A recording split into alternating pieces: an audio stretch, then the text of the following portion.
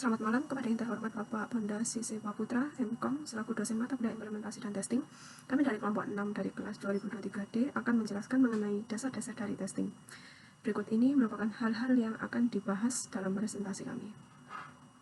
Yang pertama-tama yaitu objektivitas testing.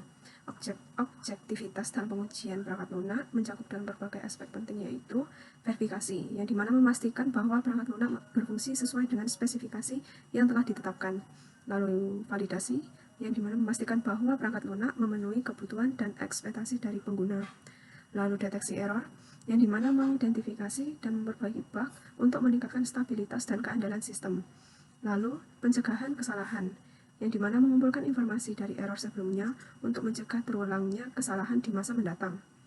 Lalu identifikasi cacat, yang dimana melakukan pencarian dan analisis terhadap potensi error yang mungkin dapat terjadi dalam sistem. Lalu yang terakhir, evaluasi kinerja sistem, yang dimana menguji sejauh mana kemampuan sistem dalam menangani berbagai senario dan beban kerja. Lalu untuk selanjutnya, misi tim pengujian perangkat lunak.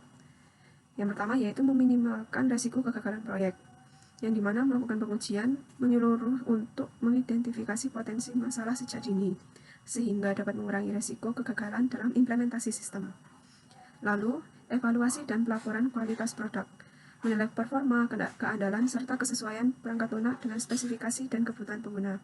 Kemudian menyampaikan laporan hasil pengujian secara objektif. Lalu juga peran dari tester. Tester ini berfokus dalam pengujian dan analisis kualitas perangkat lunak, bukan sebagai pemrogram yang melakukan perbaikan kode. Lalu yang terakhir yaitu eksplorasi dan pelacakan kualitas, menguji berbagai skenario penggunaan, mendokumentasikan temuan, serta memastikan bahwa setiap masalah yang terdeteksi dapat ditindaklanjuti untuk meningkatkan kualitas produk. Nah, selanjutnya saya akan membahas terkait dengan psikologi testing.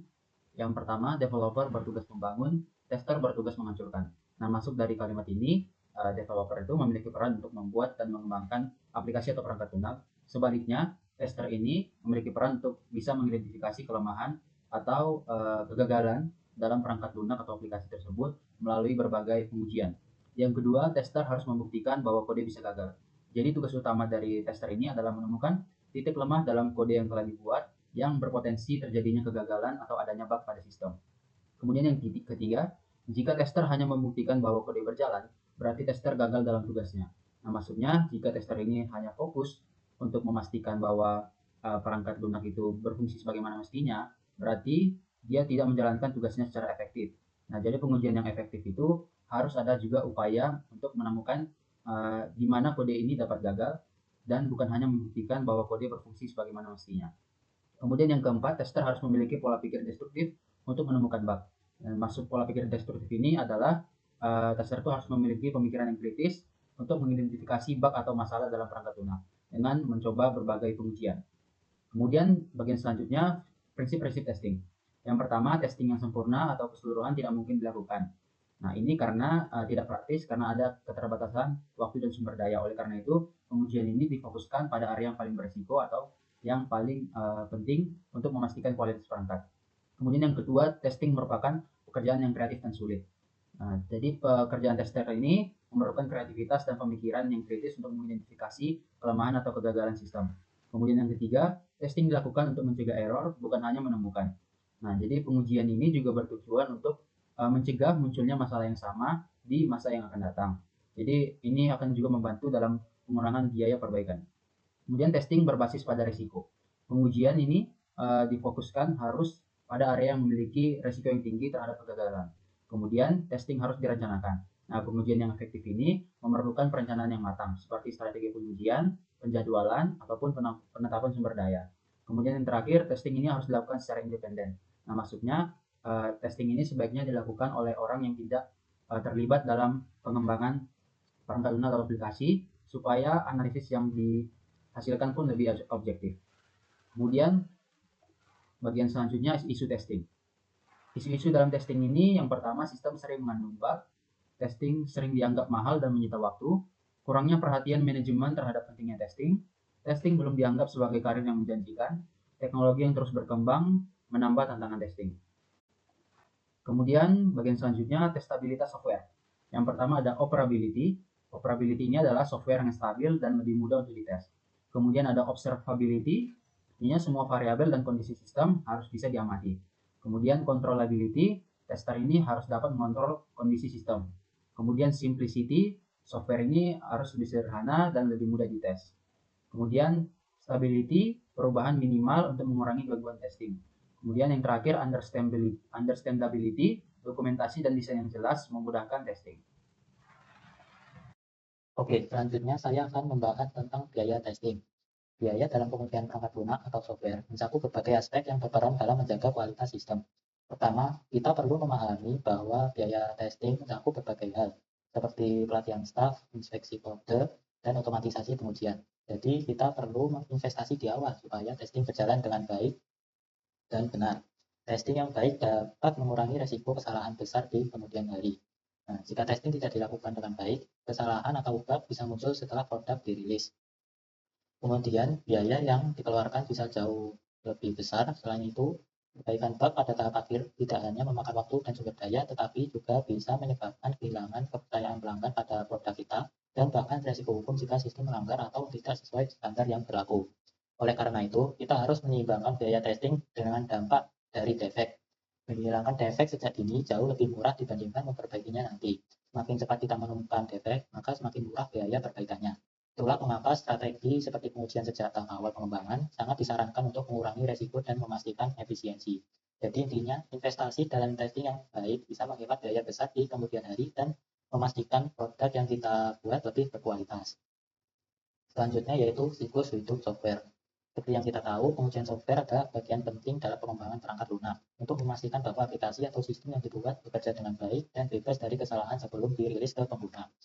Dalam proses ini, terdapat 4 tahap utama atau siklus yang harus dilakukan, yaitu perencanaan testing, akuisisi test case, eksekusi testing, dan evaluasi hasil testing. Tahap pertama dalam siklus ini adalah perencanaan testing. Di sini kita menentukan apa saja yang akan diuji. Kita harus memahami bagian mana dari software yang akan diuji, apakah hanya fitur tertentu, seluruh sistem, atau bahkan pengujian keamanan dan kinerja aplikasi. Kita juga harus memahami bagaimana cara mengujinya, serta alat atau metode yang akan digunakan, dan kita harus memastikan bahwa semua anggota tim mengetahui tugas mereka dan kapan setiap pengujian harus dilakukan. Tujuannya yaitu memastikan bahwa semua bagian penting dari software diuji dengan baik agar tidak ada kesalahan yang terlewat. Nah, setelah rencana selesai, tahap berikutnya adalah akuisisi atau pembuatan test case. Test case adalah skenario yang digunakan untuk menguji apakah software bekerja sesuai dengan harapan. Jadi kita menentukan langkah-langkah pengujian serta hasil yang diharapkan dari setiap pengujian. Dalam tahap ini, kita membuat skenario pengujian berdasarkan kebutuhan dan fungsionalitas software. Nah, setelah test case siap, kita masuk ke tahap eksekusi testing. Di sini, kita menjalankan pengujian berdasarkan skenario yang telah dibuat. Pengujian bisa dilakukan secara manual, di mana penguji langsung mengeksekusi software, atau secara otomatis dengan menggunakan tools khusus untuk mempercepat proses pengujian. Saat menjalankan pengujian, kita juga harus mencatat setiap kesalahan atau bug yang ditemukan. Jika ada bug, tim pengembang harus segera memperbaikinya sebelum software dirilis ke pengguna. Tahap terakhir yaitu evaluasi hasil testing. Setelah semua test case dijalankan, kita masuk ke tahap evaluasi hasil testing. Tahap ini sangat penting karena kita perlu menganalisis hasil pengujian untuk memastikan apakah software tersebut sudah benar-benar siap untuk digunakan atau tidak. Beberapa hal yang harus diperiksa dalam tahap ini yaitu pertama, apakah ada bug yang belum diperbaiki atau tidak. Jika masih ada, tim pengembang harus melakukan perbaikan sebelum software dapat dirilis. Kemudian yang kedua, kita harus memastikan bahwa software bekerja dengan baik di berbagai kondisi dan perangkat. Dan yang ketiga, jika ada perubahan atau perbaikan dalam software, kita harus menjalankan pengujian ulang untuk memastikan bahwa perbaikan tersebut tidak menimbulkan masalah baru.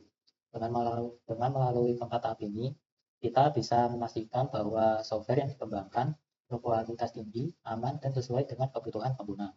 Pengujian software adalah langkah penting dalam siklus hidup software agar kita dapat menghadirkan produk yang terbaik. Selanjutnya yaitu aktivitas testing. Aktivitas testing merupakan tahap penting dalam proses pengujian perangkat lunak atau sistem teknologi untuk memastikan kualitas dan keandalannya. Nah, proses ini mencakup beberapa langkah utama yang bertujuan untuk mengidentifikasi dan mengatasi potensi permasalahan sebelum sistem digunakan secara luas. Tahap pertamanya yaitu rencana pendekatan umum, di mana strategi dan metodologi pengujian ditentukan. Pada tahap ini, cakupan pengujian, alat yang digunakan, serta lingkungan pengujian yang dirancang untuk memastikan efektivitas proses testing.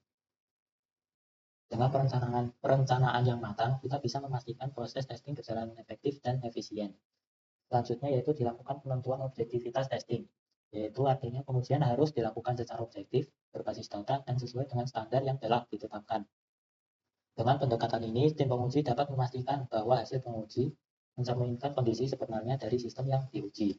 Nah, berikutnya yaitu pengukuran eksekusi tes, yang melibatkan pelaksanaan skenario pengujian sesuai dengan rencana yang telah dibuat. Hasil pengujian dicatat secara rinci, termasuk tingkat keberhasilan, waktu eksekusi, serta potensi masalah yang ditemukan selama proses ini. Data ini menjadi dasar untuk langkah selanjutnya dalam pengembangan sistem. Langkah terakhirnya yaitu evaluasi hasil tes, di mana seluruh hasil pengujian dianalisis untuk menilai kualitas sistem secara keseluruhan dan apakah sistem tersebut telah memenuhi standar kualitas yang diharapkan. Nah, jika ditemukan kesalahan atau bug, maka bug atau kesalahan yang ditemukan itu akan didokumentasikan untuk perbaikan lebih lanjut sebelum sistem dirilis ke pengguna akhir. Selanjutnya adalah tingkatan testing. Dalam pengembangan perangkat lunak, pengujian dilakukan pada beberapa tingkatan untuk memastikan kualitas dan keandalan sistem sebelum dirilis ke pengguna. Tingkatannya ada 3, yaitu pertama unit testing. Unit testing merupakan tahap awal dalam pengujian perangkat lunak yang berfokus pada pengujian komponen terkecil, seperti fungsi atau metode dalam kode program. Pengujian ini bertujuan untuk memastikan bahwa setiap unit berfungsi dengan benar secara independen sebelum digabungkan dengan komponen lain. Kedua ada sistem testing. Setelah semua unit diuji dan dikombinasikan, dilakukan sistem testing untuk menguji perangkat lunak sebagai satu kesatuan. Pengujian ini memastikan bahwa seluruh komponen bekerja dengan baik secara bersama-sama sesuai dengan spesifikasi yang telah ditentukan. Sistem testing mencakup berbagai aspek termasuk fungsionalitas, kinerja, keamanan, dan kompatibilitas. Baik, selanjutnya pada pengembangan jenis defek software. Dalam pengembangan perangkat lunak terdapat beberapa jenis defek atau cacat yang dapat terjadi. Beberapa di antaranya meliputi satu, kesalahan pada antar muka pengguna. Ini mencakup tampilan IP yang tidak sesuai elemen elemen IP yang sulit digunakan, atau ketidaksesuaian antara desain atau implementasi yang dapat mengganggu pengalaman pengguna. Yang kedua adalah kesalahan dalam penanganan error. Sistem seharusnya memberikan penanganan error yang jelas dan mengenai masalah dengan baik. Jika error tetapi tidak bisa menyebabkan aplikasi crash atau menampilkan informasi yang membingungkan. Ketiga, kesalahan dalam perhitungan logika. Kesalahan ini terjadi ketika perhitungan algoritma dalam program tidak berjalan dengan sebenarnya. Contohnya adalah saat ada sistem akuntansi, itu dalam sistem keuangan, atau kesalahan dalam algoritma kecerdasan buatan. Yang keempat adalah kesalahan dalam pengolahan data. Defek ini terjadi saat sistem tidak bisa mengolah atau menyimpan data dengan benar, misalnya duplikasi data, kehilangan informasi, atau kesalahan dalam membaca menulis database. Yang terakhir adalah kesalahan dalam alur kontrol program. Kesalahan ini berkaitan dengan urutan eksekusi program tidak sesuai dengan yang dirancang, misalnya jika sebuah program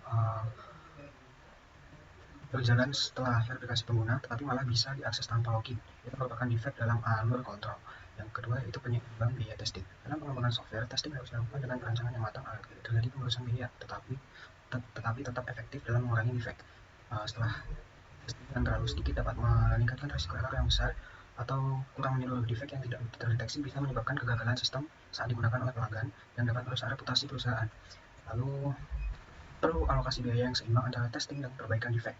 Testing yang memadai dapat mengurangi jumlah defek yang muncul setelah rilis, namun testing yang berlebihan dapat juga menjadi pemborosan. Oleh karena itu perlu strategi yang seimbang antara testing dan bug fixing.